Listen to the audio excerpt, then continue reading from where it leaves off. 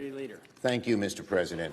So I see my friend Senator Rounds is on the floor and ask him to engage in a colloquy on an important set of provisions in the NDAA that deals with transparency, trust, and government oversight.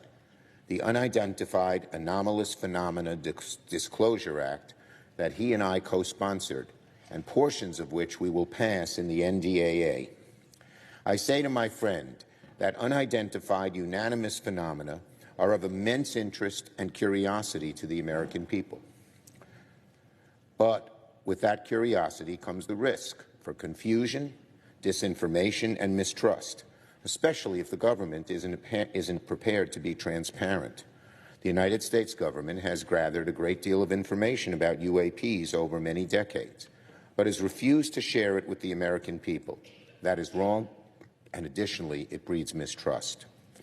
We've also been notified by multiple credible sources that information on UAPs has also been withheld from Congress, which, if true, is a violation of the laws requiring full notification to the legislative branch, especially as it relates to the 4 congressional leaders, the defense committees, and the Intelligence Committee. So the bill I worked on with Senator Rounds offered a common-sense solution. Let's increase transparency on UAPs by using a model that works, by following what the federal government did 30 years ago with the JFK Assassination Records Collection Act. They established a presidentially appointed board to review and release these records, and it was a huge success. We should do the same here with UAPs. Senator from South Dakota, I yield. Thank you, and I thank my colleague, the Democrat leader, for the opportunity to speak to this particular issue today. This is an issue that I think has caught the attention of the American people, and most certainly the lack of transparency on the matter, which is of real interest to a lot of the folks that have watched from the outside. Well, it brings together, I think, a notable parallel in the withholding of information about items that are in the government's possession regarding, in this particular case, the assassination of President John F. Kennedy. That same approach by government in terms of the possible withholding of information brings more questions and more attention to the issue of the assassination. We wanted to take that same approach with regard to how we could dispel myths, misinformation about UAPs, about unidentified flying objects, unidentified objects that simply have come to the attention of the American people. Congress did pass legislation 30 years ago requiring the review and release of all records relating to that historic tragedy, the assassination of John Kennedy, which has led to the release of a great deal of information. The UAP Disclosure Act was closely modeled on the JFK Records Act.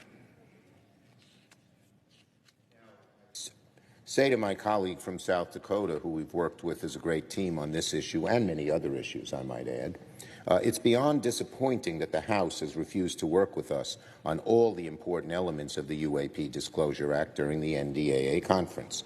But nevertheless, we did make important progress. For the first time, the National Archives will gather records from across the federal government on UAPs and have a legal mandate to release those records to the public if appropriate. This is a major, major win for government transparency on UAPs, and it gives us a strong foundation for more action in the future. I agree, sir, and I think probably the most significant shortcomings that I think we need to visit about as well, shortcomings of the Conference Committee agreement that are now being voted on, were the rejection, first of all, of a government-wide review board composed of expert citizens, presidentially appointed and Senate confirmed, to control the process of reviewing the records and recommending to the President what records should be released immediately or postponed, and a requirement as a transparency measure for the government to obtain any recovered UAP material or biological remains that may have been provided to private entities in the past and thereby hidden from Congress and the American people.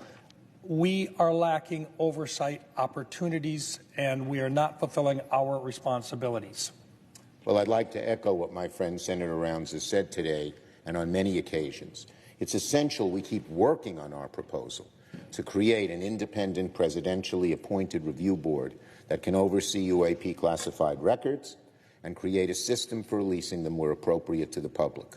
Again, as the Senator has said, it's the same method used for the JFK records, and it continues to work to this very day. It is really an outrage the House didn't work with us on adopting our proposal for a review board, which, of course, by definition here is bipartisan in the Senate. Now it means that declassification of UAP records will be largely up to the same entities that have blocked, obfuscated their disclosure for decades. We will keep working. I want to assure the American people, Senator Rounds and I will keep working to change the status quo. And before I yield finally to him, I'd like to just acknowledge my dear friend, the late Harry Reid, a mentor who cared about this issue a great deal. So he's looking down and smiling on us, but he's also importuning us to get the rest of this done, which we will do everything we can to make happen. I agree with my friend and colleague. To those who think that the Citizen Review Board that would have been created in our UAP Disclosure Act, that it would be unprecedented and somehow would go too far, we note that the proposed review board was very closely modeled on the review board established in the JFK Assassination Records Act of 1992, which has successfully guided the release of records to the American public on another very sensitive matter of high interest to the American people. And it does one more thing that we really need to recognize, and that is that there is, we believe, information and data that has been collected by more than just the Department of Defense, but by other agencies of the federal government as well. And by allowing for an outside independent collection of these records, we can make progress in terms of dispelling myths and providing accurate information to the American people. Again, I thank my colleague and pledge to work with him and other bipartisan colleagues in the future to build upon what we've achieved in the conference report. We encourage our colleagues to join us in the further investigation of this issue and in advancing legislation that will complete what we have accomplished in this NDAA. And I yield the floor.